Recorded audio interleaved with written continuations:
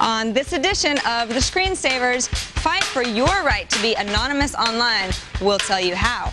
But anonymity can bring headache. This program allows you to track down your online harassers. And can a machine help the severely disabled walk again? And Larry Bohannon thinks so. Live from the Tech TV studios in San Francisco, it's The Screensavers.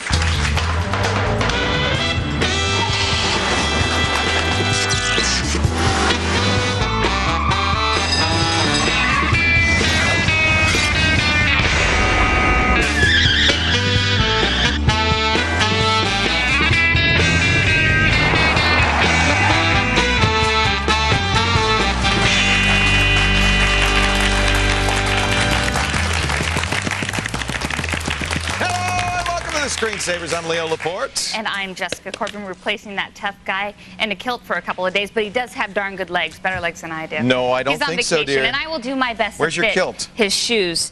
I left it at home.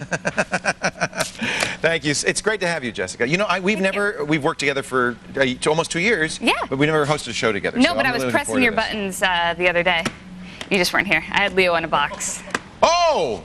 And I can't even tell you how many times I heard, buy my book and where are my pants. Buy my book and where? Those were great comments, by the way. Well, you hear that around the office all the time, yeah, of course. I know. Joining us on the Screensavers today, Jessica Corbin, co-hosting for Patrick Norton, and of course we're glad to have you as well. Today we're going to talk about the coolest new stuff. I'm going to sit in a chair that's going to do things to my body. We're going to have a lot of fun, and of course answer your questions. And Sarah will walk through the shot. Where does she go? There she goes. She does that very well. She's very good at that. Actually, she's going to a position, so I won't mention her until she gets there. Let's start with Dan. He is the pulse, the heart, the soul of the operation. What's going on with our viewers? The pulse of the viewers is they want more chicks. More chicks. And I think that means I'm out of a job. No. Because the women want more cute boys. You think? Like you, absolutely. In all seriousness, more dancing chicks. Ladies. Give me a call. No, wait a minute. No. Oh, Dan. It's ladies. In all seriousness. Ladies. There you go. Yeah. Give me a call. Yeah. The number is 888-989-7879. Or, if you're the shy type, we can share a private message in the chat room. Jeez Louise. I'll be right over, Dan. Would that work? Did that very well. Did that work? Did that push your buttons? Worked for me. Yeah. Really? 888. I'm calling you. Ladies. He's the ladies' man. Kevin and Sarah have teamed up. Yeah. Just Sarah. Sarah has teamed up. It's just me. To bring I don't even know where to go anymore. Kevin and I are actually going to show you a program that allows you to track down people who might think they're anonymous online. It's very helpful, using IP addresses. It's kind of the ultimate trace route. Really cool version of trace route. It's really cool. Yeah. Should it be back? Should be great. Now, let's start with the tech stories of the top text. These are the top stories in the news of, I'm a little rattled. The top stories of the day. Hey, by the way, but just briefly before you start, I have to show you real quickly. Okay. This is something that people have been waiting for 2 years. Quark Express, which is the #1 publishing program, all the magazines and book publishers use it. Finally, after 2 years, people have been using OS 9. According to Apple, this is apple.com, the new version, the OS 10 version, is going to come out next week. Now, there's some people who are a little skeptical, but that's a big story for anybody who's been using Macintosh and Quark Express. I looked at this on my PowerBook, which I will be talking we got to talk about that. Your new 12-inch. I know. You like that? It's a good time. Really? It's a good time. You've never used a Mac before? No. All right. No. Full report tomorrow. Check in. So it's why some people like to call it AO. Hell no. That's right. ZDNet reports AOL is not too popular with Comcast subscribers who didn't receive email for days as a result of some kind of mess up with AOL spam blocking software sort of thing. Comcast subscribers reported the problem last Thursday, but AOL didn't resolve the issue until late Monday afternoon. That's 5 days. AOL does that. They will block any ISP who they believe could be forwarding spam. And what they decided, for reasons no one knows, is that Comcast was allowing this, and so they basically, if your internet address came at Comcast.com, you couldn't get mail through to AOL. Who made them king? Steve Case, I guess. Okay. You're right. That's a good question. It's a good question. AOL isn't sure how the mistake happened, but believes it's a case of mistaken identity. What does that mean? We have no idea. Okay, and the legitimate Comcast mail was misread for spam. He did it. What is mistaken identity? Well, I don't know. Okay. That doesn't make any sense at all. I understand them wanting to protect their subscribers, and if they were even a little bit effective, I would say bully for you, AOL, but they have the worst record of spam on AOL, right? I mean, it's nonstop spam. I don't use it, so I don't know the influx trust of spam, me, I don't use it. Father does. Yeah, your father does. Does he ever complain about spam? Yeah, all the time. Yeah. So if they had an effective spam policy, then I might say, well, that's good. They're just doing their best. But it's not only is it ineffective, they block an entire, millions of people at Comcast.com. From Wired News, this is interesting. Actually, we're going to get these people on the show. It's the Aerospace Society of Portland State University.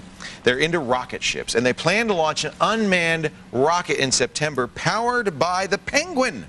It's a rocket that's going to run on Linux. It's 12 pounds. We'll go, there it is. It'll go 55,000 feet, Mach 3. That's 3 times the speed of sound, and it will be running Linux. The flight computer for the rocket will be running Debian. With the latest kernel, I might add 2.4.20, 2.4.20, like anybody cares. But the interesting thing is Linux really wasn't designed for this. Typically you would want RTOS, a real-time operating system, for a rocket. Right. Because anything that if it doesn't keep up, it's too late. You're downrange 100 miles. Right, and so if it doesn't keep real time, do you think it's just going to blow up in Linux's face? Or? Well, I don't know. Yeah. We'll watch this with interest, and we're going to get the team on from Portland State University to talk about this. They're using a special version of real-time Linux for the time-critical tests. It's Why kind of doesn't a neat idea. Windows have something like this? Yeah. Run a rocket on Windows. Okay, hey. What would you do? You heard it here first. I bet you. Oh my God! Control-Alt-Delete. Help! Help! Get me out of here! I don't think so. I'm wondering actually what the operating system. Do you know, Corey, off the top of your head, what operating system spacecraft run on? Do they use QNX or what? Is it original? Do you have any idea? It's not Linux. I'm guessing that a lot of this stuff. He's not mic'd. Just shout it. I'm guessing a lot of this stuff is DOS. DOS? No, on a rocket ship? I mean, DOS? Every line of code has to be checked and checked again and checked again. Yeah. It all has to be known. DOS. Quantity. He's saying DOS. The space program really lags. Yeah.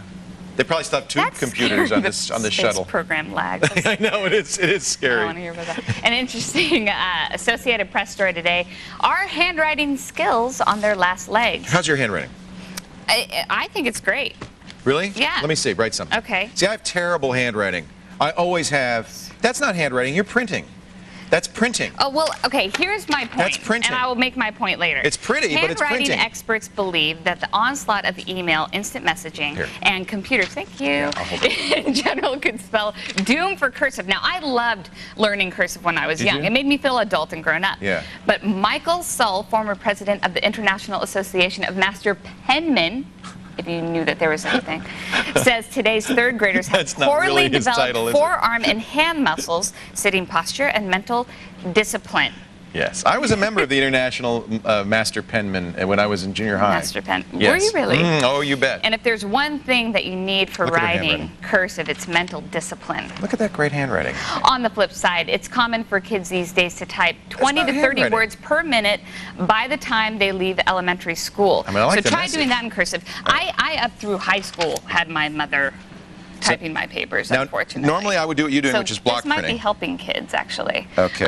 Which brings us to today's poll question. Can you write by hand? A, no, the keyboard killed my skills. B, yes, I am the handwriting champion. Or C, I still use a quill and inkwell. Or D, was that right? You don't like? No, I think actually it's pronounced Charday. It's spelled Charday. Yes, but it's pronounced Charday. So go to vote at thescreensavers.com and don't forget to post your opinions in the talkback section. It's such an old joke. Nobody I got it. You got it? Charday. Charday. Remember her? It's spelled S-A-D-E. Yeah, and why would you? She always why said would you it's think pronounced Charday. I know. Yes. Today we're testing out. We're going to do it. We're testing out this week's LAN party game, Wolfenstein Enemy Territory. It barfed on us yesterday. It didn't work so good. That's probably a little graphic, isn't it? I hate barf. Yeah. It spit up on us yesterday. But today I think we might be getting it working here. Fire up your copy. Do they need the demo? The demo version? It's just one version. Wolfenstein Enemy Territory. Fire it up. And there's the times and the passwords. So it's dirt. We did that in Pacific time. So folks on the East Coast add 3 hours. 7 to 7:30 it's dirt. 7:30 to 8 o'clock it's, what is that, sun? Soil. Oh, I get it. Dirt, soil for the second round. Okay, and we're going to see how many people our servers are going to accommodate. This is the game we're going to play on Thursday. And when we play a new game, we like to do a kind of beta test ahead of time. Crossing our fingers. It did not work yesterday. Were you here when I asked the players if it was priorities, games, God, or family? Yeah, I like that. Yeah. I like that. Yeah. And what did he say? It was family, games, God? Yeah, it was family, games, friends. In God. your life. Oh, and me? What would you put? You know, it's probably You're God you're and a very family. religious person. Games kind of down. You're not a big gamer. And family's very Yeah. important. I know family's important. to you. Family's important, and we'll get to talk about that. We're going to talk in the about next Ryan, your block. brother, in a little bit, and actually something really cool. But let's get our first call today from Saugus, California. John's on the line. Hello, John. Hi, Leo. Hi, Jessica. Hey there, John. I have a old VHS tape, which is a slideshow of old family photos that my mother made. What a neat Toss idea. out the originals. I'd like to know how to get the best quality still images off of that tape. So your only copy of these great old family pictures is on this old videotape. The old videotape is the Wow. only copy left. And your mom did this? She transferred it to VHS? Took it to a service bureau, That's neat. had it transferred, and then tossed the originals. What you're going to need is a video capture card. It's not. I'll tell you, it's never going to look as good as the originals. Oh, of course not. Not with the VHS resolution. It can only look as good as what you've got right now on your TV set when you play it back. Understood. But you can get every bit of that quality with a good video capture card, either an ATI All-in-Wonder, if you're going to put a new capture card, a new video card in the computer, or if you want to add just the capture card. Winov makes an excellent one called the Vidium. Is there a possibility I could use my digital camcorder to do a digital conversion? You could. Remember that the more you're converting, I guess, in that case it'd probably be all right. Do you have analog inputs on your camcorder? Yes, I do, and I Okay. have a FireWire output. Then that's going to be the easiest, cheapest, and most immediate way to do it, and it will work just as well as what I was suggesting. So you put the analog tape, play it back on your VCR, plug that into the camcorder. Right. The camcorder is in effect digitizing it by putting it on a DV tape. It's now digital, and that's all. That's what you're doing. You're converting analog to digital. And so now that's on the DV, you can just FireWire it in, and then you're going to use your video editing software just to capture a still of it. That's going to work as well as anything I was going to suggest. Does that make sense? That makes sense, but how do I get the stills out of the... Well, okay, now you're going to, okay, so you got to, I did kind of gloss over that, but you're going to take the DV camcorder, plug it into your PC via FireWire, IEEE Right, I 1394. understand getting the digital into the computer. It's on the computer. Do you have any editing software like Video Studio 8, anything like that? Yes, I do. Okay. Well, you're going to open up that file, and all of those programs will allow you to take a single frame from the video. Get it? I understand. That single frame, now you could save it as a JPEG. That's an image. It sounds simple enough. Does that make sense? It makes sense. Do you follow? Are you making Yeah, sense? I also have one other suggestion. You can just put the VCR, the tape in the VCR, press pause, and get your camera and just start taking pictures. You mock that, but in a way it might I look think better. That's a good idea. And you know why that might John. look better? Because the camera's going to smear it a little bit. The problem with this is that it's not a high resolution image anymore, right? And you actually, believe it or not, that's Am I actually going right? to work. You're absolutely right. Because the TV's going to smear it a little bit. It may end up looking better doing that. I would try both methods, and then you decide what you like better. Okay, John? Okay, sounds very good, Leo. The trick, there's one trick to taking a picture of a television screen. The Yeah, television, 'cause you the do. bar. You see the bar? Mm-hmm. So you have to set your camera at at 1/60th or 1/30th. It has to match, the refresh rate on the screen is Right. 60 or 30. Right. So if you set it at 1/30th or 1/60th, Right. 60 is what you want to set it. 1/60th, the bar And just won't so be there. people know, is that a slower shutter speed normally or a faster? It's kind of an average shutter speed. Usually you take it 1/125th of a second, Okay. which is a little faster, but 1/60th is enough. You can still handhold it. Okay. I would get a tripod. Try that. What a good idea. Jesse had an You idea. are so smart. Jesse had an idea. Don't go anywhere. You're going to find out how to track she's making me visitors on your blog, and after the break, a story close to home. Woo! This is great. Yeah. We're going to talk to the inventor of a device that is helping Jessica's brother walk again. This is so cool. Stay right here.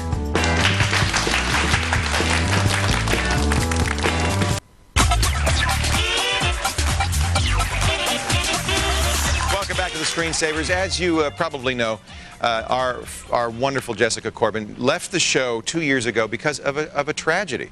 Her brother, Ryan, was in a terrible accident, fell 2 stories, had severe brain injury, was in a coma. She went home to Los Angeles to take care of him with the rest of her family. Well, this weekend, Jessica went back home to show us one of the pieces of technology that has significantly changed Ryan's health and put him on the road to recovery. It's a wonderful story. Take a look. We're here in Orange County, California, where I spent a lot of time recently helping my brother come back from a traumatic brain injury. Today I'm going to show you a piece of technology that has allowed him to continue on his road to recovery. Come on. Hi, Mama. My brother, say hi, Ryan. Hi. We're going to be testing out the quadricizer right now, and you're going to just tell me how it feels, how it's doing for you, the good things that it's doing in your life, okay? Fun?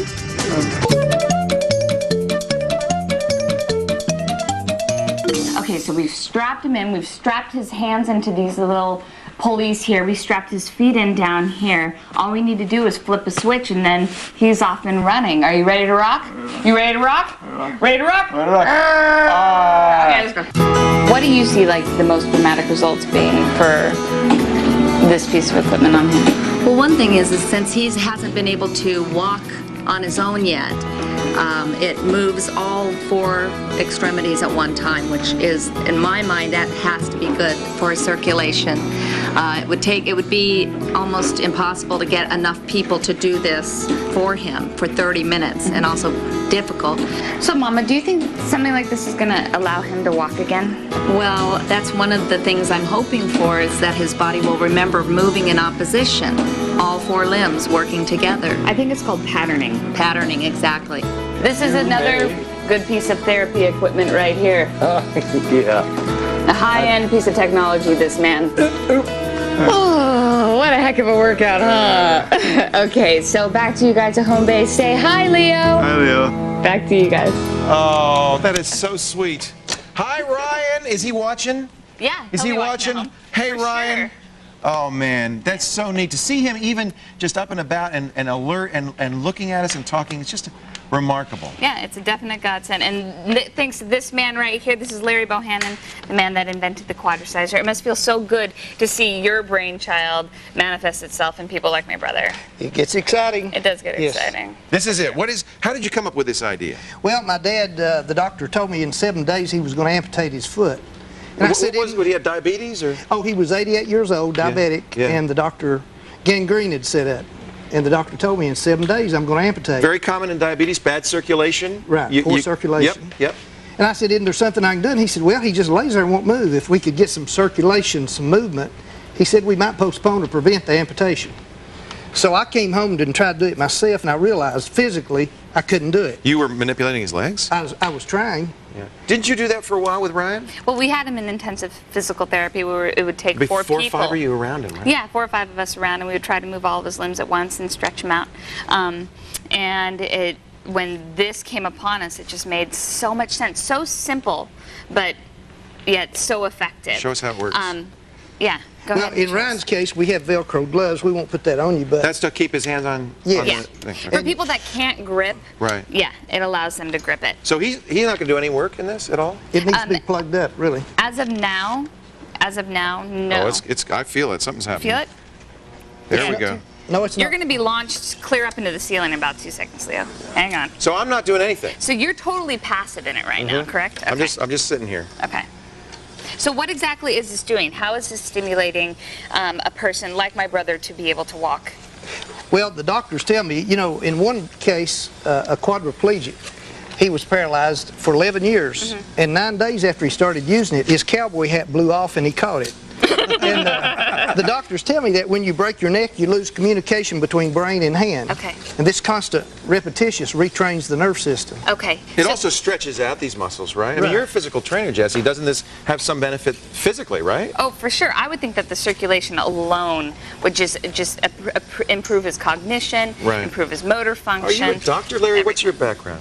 Well, I'm a graphic designer. I Really? worked at Lockheed Martin 28 years, and I help scientists and engineers get their patents. Yeah. And that's my background. So you purely went off of the inventor's intuition to build this Right. device. I did. These are bungee cords. These aren't stiff cables. Right. They have some stretch in them. Why is that? Well, in Ryan's case, he was stiff and contracted, and he would have hurt him. Normally, So, you're see like the this. You're bungee tightened cord? up, right? Yeah, the bungee cord does the work. So I could, if I were unable to move, this would slowly work me. Did you Right. notice that happening, Jessica? Yeah, Ryan was totally locked up here, Yeah. and after we got him in here, he was able to loosen up his arms here. How long and did it actually, take? his speech is what has improved the most for him, his cognition. Now, why would it do that, Larry? Well, I don't know. We're seeing that over and over. I have seen patients that seem like their speech clears up. I know we had a clinical data study done, a pilot program at a local hospital, and we had one lady that was contracted like this. And 12 days after she started using it, the therapist called me and said, "Larry, you got to come and see." She had opened her 3 fingers. On day 14, she'd opened her full hand. You're not working the fingers. Right. And the fingers opened up, but then the speech pathologist said her speech cleared up to a certain degree. And we're having a clinical data study done at the University of Kentucky, and I hope we can find out. What do they think? Do they have any theory? Well, we're just getting the study I started. think it's oxygen to the brain from the... Well, That's what I would guess. I'm not a doctor either, but... I can tell you one little story about my mother. She was going into this, where's Mama, where's Papa, who's got my baby? Alzheimer's? She had dementia, first stages of Alzheimer's. Yeah. And, you know, I didn't know what to do. The ladies that kept her said, "Larry, we're going to quit." She moaned too. And for some reason, I said, "Let's just put her on the quadricizer," because I was afraid of losing them. And we did. And she quit moaning, but she also quit going into where's Mama, where's Papa. And that's what got the study. So there was some brain changes. So this not only helps brain injury patients, but it also helps stroke patients, Right. cerebral palsy patients, anybody that needs, more circulation to any other parts of the body, correct? Right. Okay. And see, we don't have an answer to all this scientifically, and we'd like to get that. A stroke patient came in last week, and he was walking, but he drugged one foot and stepped with his left and drugged one foot.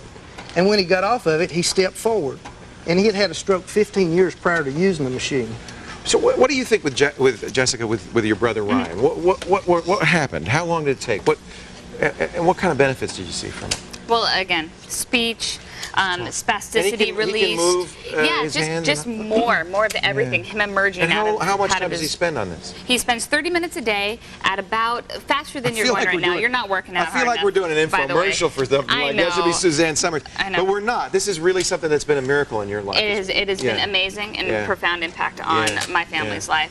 What advances do you Can I see get out of happening? this, by the way? I'm going to with- start moaning He's here. gonna break into a sweat. Can you turn it down? Let's turn it on. What advances do you see happening with something like this? Are we going to get, a nice DVD player up on here, nice I'd like that. massage chair put back there? How are you going to evolve this? Well, I've had a lot of therapists give me ideas. This evolved out of a doctor's suggestion, getting it over the head, because now you're getting this kind of range of motion. Right. And some said that would be good to have a DVD The seat player. goes back, but it's very flexible. How can people find out more if they have a family member or a friend that this could be of benefit to? Well, they can check our website, Okay. which is quadricizer.com.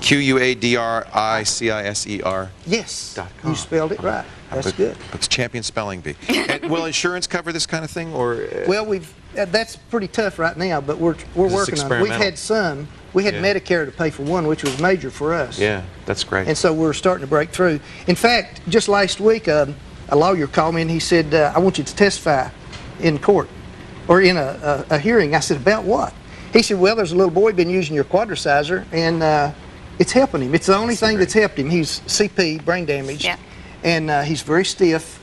And I said, couldn't you come by and just get a video or something?" He said, "Yeah, I'll do that." Called me back the next day, and he said they bought it. They put it in the school. The little boy, he would bite himself. He wouldn't go to sleep at night. That's great. And the next day, he couldn't go to school. So when he used the quadricizer, he'd get rest. He could sleep at night.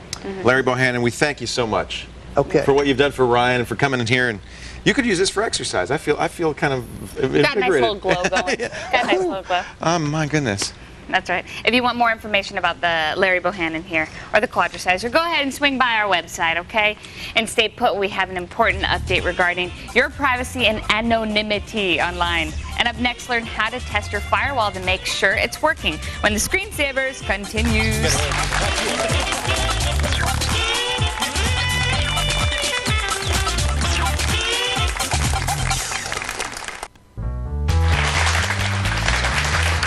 forget to register this week's Screensavers LAN party. Looks like we're going to be able to do it powered by NVIDIA. What are we playing today? We're going to do... The game is New Wolfenstein. I love that word, Wolfenstein. Demo enemy territory.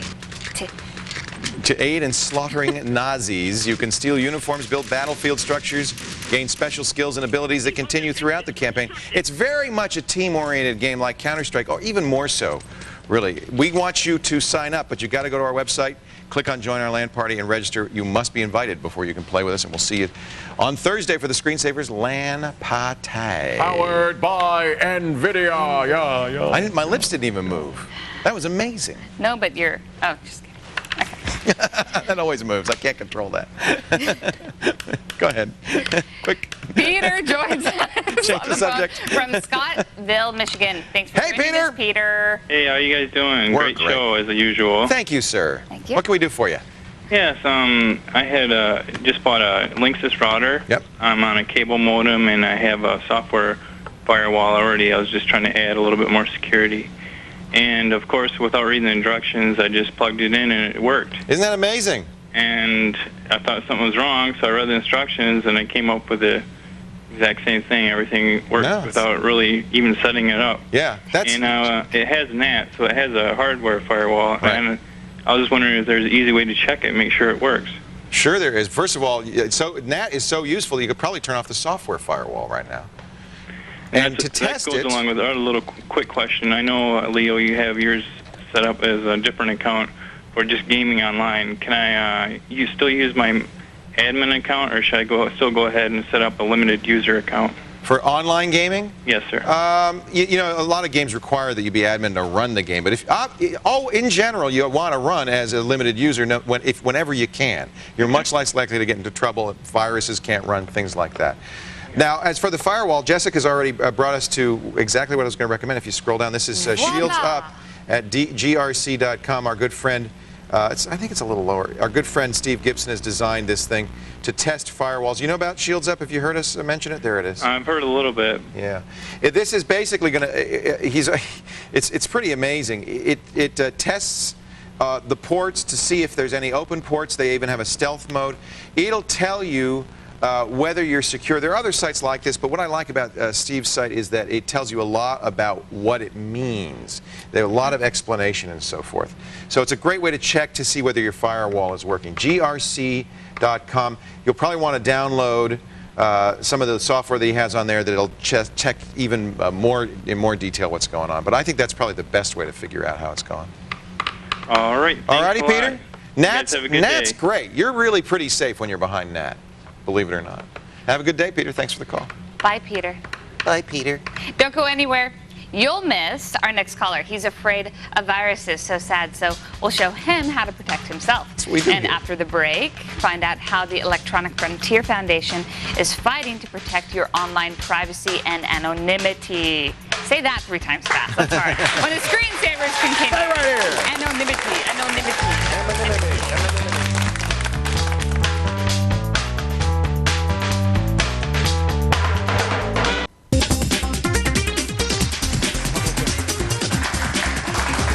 Welcome back to the Screensavers. I'm Leo Laporte. Whether you're aware of it or not, the Electronic Frontier Foundation is constantly fighting for your rights.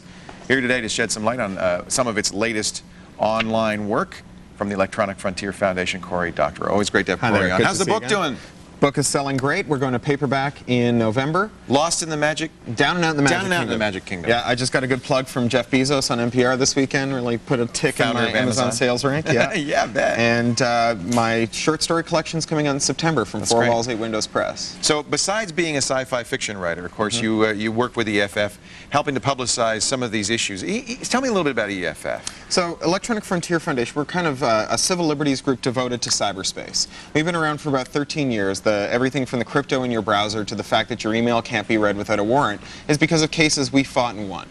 Today we're working on a lot of privacy issues in the wake of September 11th and the Patriot Act, but also a lot of copyright stuff, file sharing and so on. Yeah, John Ashcroft was testifying about the Patriot Act just a couple of days ago, and some very scary things that the federal government wants to do using the Patriot Act. Things like, you know, monitoring all your email, stuff like that. They're really out Son there of Patriot, the Patriot 2 that was introduced a couple of months ago, or not introduced but circulated, leaked, is some pretty scary stuff. I mean, it does stuff like makes it illegal to use crypto in the commission of a crime, so it's kind of like use a gun, go to jail. It's use a code, go to jail. So if you download a file on Kazaa and there's SSL involved, you've suddenly got a whole new offense. It's a felony. Right. You've got a new offense because you're using crypto in the commission of a crime. Wow. Yeah, it's pretty amazing stuff. Let's talk about something that's happening in California, but will have impact all over the country because it will be a model for many other state laws.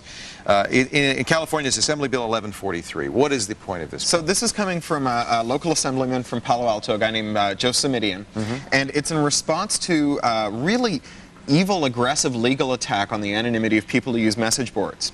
And the way that it works is you've got a company and you're in Idaho or Maine or somewhere else, and someone working on a California message board, maybe not even in California. Could be somebody from Idaho using a California message board. That's right. Says something nasty about your company. Now, not something illegal or something whatever, just something that makes you sad. And there are many cases like this. The law doesn't exist to protect people from being sad, right? So they say something that makes you sad, and what the response is that you can go to your local court in Idaho or Maine or wherever you are, and you can launch a bogus lawsuit that you'll never win, but you can use that lawsuit to get a civil order issued to a California court to then pass that order on to the message board hoster that says, we need you to turn over the identity of this anonymous poster. So the real name, the real address. The real identifying personal information of this poster. And oftentimes when the ISP gets the notice, all they know is that a court somewhere in America, for some reason, has asked a California court to pass this order. But they have to cooperate. But they have to cooperate, or they're in big trouble because they're in California and a California court's issued them an order. And if you're the person who's under attack, you may not even find out about it. But even if you do, you won't know where you're being sued. You won't know what it is you're supposed to have said or why that was wrong. Well, if there's no merit to the lawsuit, what does it matter if they find out my name? Well, so this is the thing about anonymity, is you can't unring the bell. So after they find out who you are and they decide to harass you or go after you because you're a whistleblower from inside the company or whatever it is they decide to do, it doesn't matter that the lawsuit doesn't go anywhere. They've got, other ways of coming after you. And some of these suits, you see on the website materials, some of these suits are people who've said, these guys are criminals, they're under investigation. Now, it's true. Right? These are criminals. They're under investigation, but they don't want the public to know. They don't want their investors to know about it. And they go after this guy. Well, you've just turned a bunch of criminals who are under investigation. You've just given my personal information to them. So now they can really become criminals in a big way. These are criminals, right? And there's been a big case with this pet store that was online pet store, and this guy is harassing everybody who ever said anything bad. Right, and they're going after them in all kinds of ways. It's not that they have any legal merit, but they get the information and they harass them. The thing about anonymity. So so what does this bill do? So what this bill does is it raises the bar.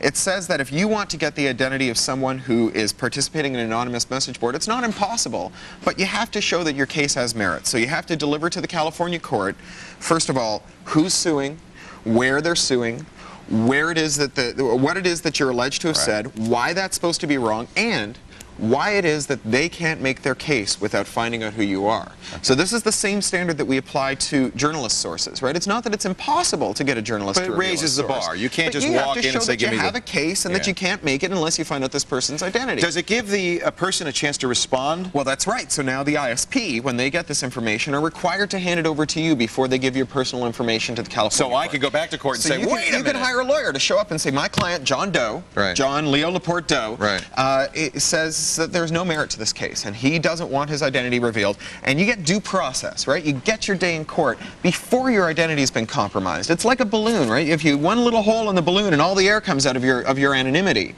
right? It's not like a wall that you can take a chip out of and you still got a wall. Can't fix it. You just pop it and it's gone. I run message boards. This is of interest to me. Anybody who uses a message board is going to be interested to them. If you live in the state of California, certainly write to your assembly member and say 1143. I support it. That's right. If you live in another state write to your legislator and say, hey, look at 1143. Yeah, this is intended as model legislation.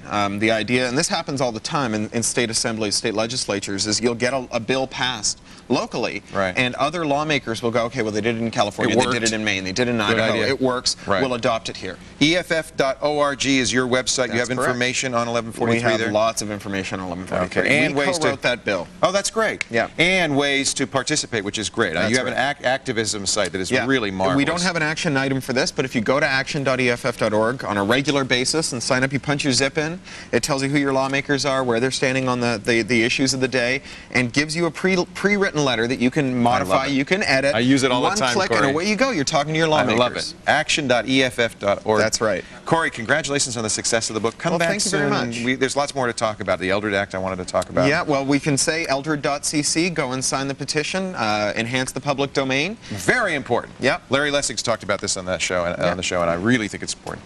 Great to see you. Nice to see you. Congratulations. How much weight did you lose? 55 pounds on Atkins. Christmas. Yeah. Look at this guy. He's wasting away. Yeah, less of me to love. Puts me to shame.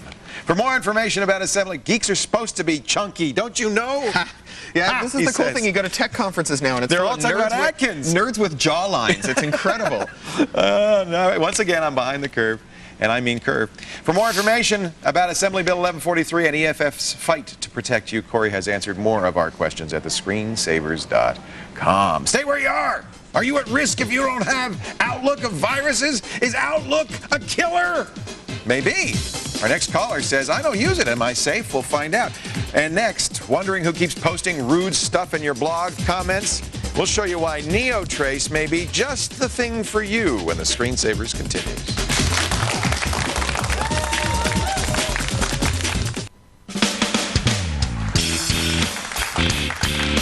Welcome back to the Screensavers. Tonight's the night for fresh gear. Let's check in with Sumi Das to see what they're working on this evening. Hello, See what Sumi. she's working on. What's she working Working on on? lots of fun stuff, Are actually. you? Yes. Are you? What? Got a question for you. Yes. You know, everybody's got one thing that they wish that they could do that they can't. What's it for you? Fly. Fly. Okay. For me, it's singing. I cannot sing Really? to save my life. Oh, You have a sound beautiful terrible. voice.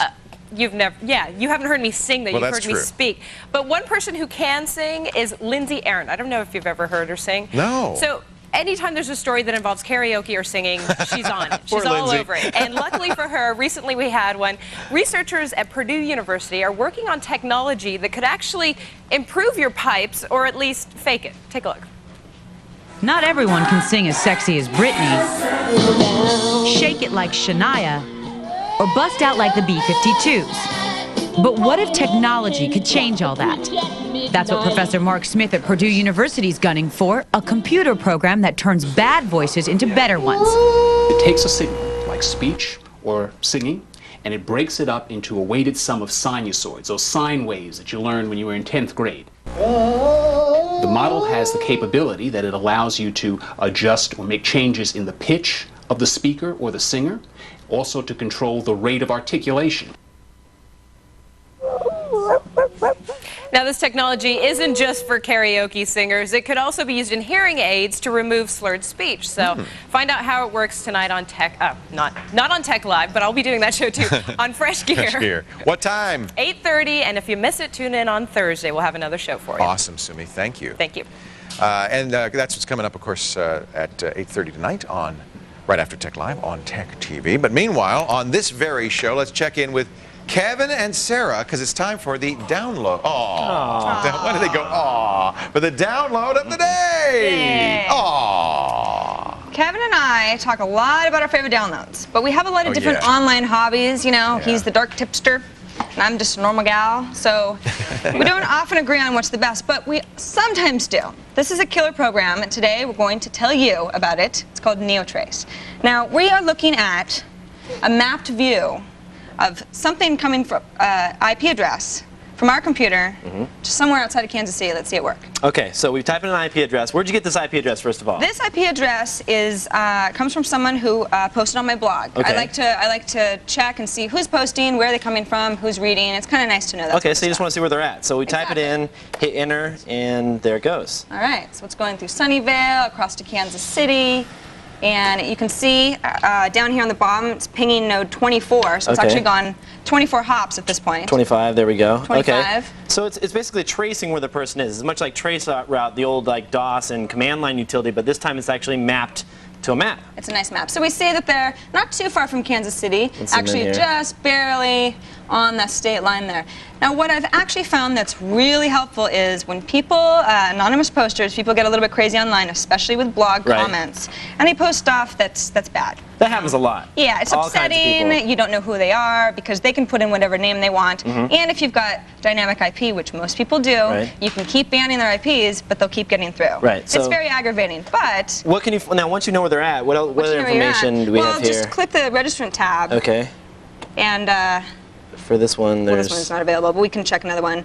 Here we Registrant go. information, you can get, who is our ISP, contact information. If for some reason you're really having a problem with somebody, you can go to the authorities with a big paper trail, and you know exactly what you're talking about. You know who these people are. You know where they're coming from. Okay, so what it's done here, basically on the right-hand side here, is it did a who is on the IP address, and showing exactly who owns this IP address. Exactly. So at this point, we can contact that ISP and tell them what's going on. Moral of the story is that these anonymous posters really aren't anonymous. If you want to, if it's worth it, you can track them down. But you like NeoTrace for a couple different reasons. I do. I use it for a little different reason. I like to play online games. I play them a lot. Yes, you do. Yeah. So sometimes there's some problems with the network connection. I have a hard time connecting to games, and I use NeoTrace to find out how far away the servers are from my home computer. Right. So let me show you another example here. Take a look at this. We'll type in another IP address here of a gaming server, hit enter, and it's going to track down all the different hops that it goes through all the way to the gaming server. Actually, this server is not that far away. And if we take a look here, I click on this. Instead of the map view, I go to what's called the list view. Now, see this list view here? All right. Take a look at here. Here's 14 hops. That means 14 different points, whether it's passing through routers or servers or however it's getting to the gaming server. And you see that number 1 is the bench, which we're standing at. Right, that's our where it home computer. originated. And then we're actually going through our router and then out into the real world. Now take a look at the right here. You'll see the ping times. You notice that once we get out of our local network here, the ping times jump way up here. This is the number of milliseconds access time to actually get to that point. Now see here number 12, how we have a really high up to 400 millisecond ping time. We can actually find out where the problems are on the network. So I've run into actually a few problems here or a few times where I've seen a particular point where there's a really bad problem. I've contacted the network administrator, and then what I've done is just told them I'm having a really bad problem with your hop, and they actually will try and figure out the problem and work it out from there. So often it's not the destination, it's somewhere in between. Definitely. And try different servers, try multiple servers, game servers that you want to connect to. Find the one with the lowest ping rate, and that's actually going to give you a much better gaming experience. That's right. The link to download NeoTrace is in our download of the day, thescreensavers.com, of course. So let the online detective work begin. Sounds good. Back to you, Leo. That's a nice trace program. It's awesome. It can do a lot. There's text-based trace routes, but that's nice because you can see all the graphics. McAfee just bought them too. Oh yeah? Yeah, so it's all part of the McAfee family now. Good for them. They've been around for a long time. I'm glad they've made some money on it now. It's good stuff. How'd you like to load up your home with 100 grand of the coolest tech products around next week? Thanks to our sponsor, Circuit City Tech TV's Digital Dig Sweepstakes will give you a chance. In addition to the grand prize makeover for your home, you'll also get a chance to win daily prizes like a TiVo or a portable DVD player. Now, you do have to watch Tech TV in order to enter, so go to techtv.com to find out all the details. And stay tuned, more screensavers are coming up right after this. Stay here.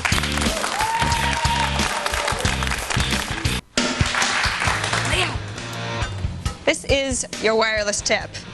And I don't have a prompter, but I'm just going to wing it. Wing it. You don't need a prompter. If you're trying to figure out where people are going when connected to your wireless router, check the links page here. We want to click Enable Access Log. Check Outgoing Access Log. And if we were actually connected, we would see everywhere that people are going. So if people are using your wireless access, they cannot hide any longer. I had no idea. Yes. Very handy. Isn't that fun? Final words right after this. What are you doing way up there? Oh, goodness. That's it for this edition of the Screensavers. I'm Jessica Corbett. And I'm Leo Laporte. You did great. Well, thank Pat you, will be sir. back tomorrow. Thanks to our guests, Cory Doctorow and Larry Bohannon. Will you do something for me? Yeah. Would you dance with me? Yeah. Have a great night. We'll see you later.